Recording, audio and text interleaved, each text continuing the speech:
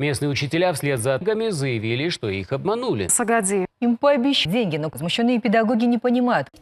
Учителям с 1 сентября 2017 года повысят заработную плату на 200% от базового должностного оклада. Правда, коснется это новшество лишь педагогов, которые владеют английским языком. Уже с нового учебного года они должны будут вести уроки биологии, химии, физики и информатики на английском. Мы начинаем обсуждение о окончательном графике перехода на преподавание нескольких предметов в старшей школе на английском. Воспользоваться и их, в общем-то, минимум один предмет, значит, максимум 4 предмета.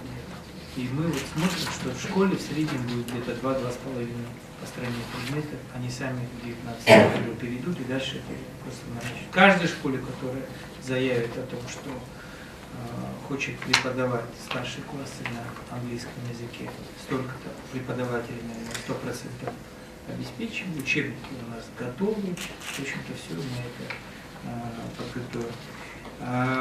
Но это вот будет обсуждаться начиная с конца января в течение 2,5 месяцев, и окончательный график перехода мы опубликуем в мае на 19, 20, 21 годы. Вот это очень важный вопрос.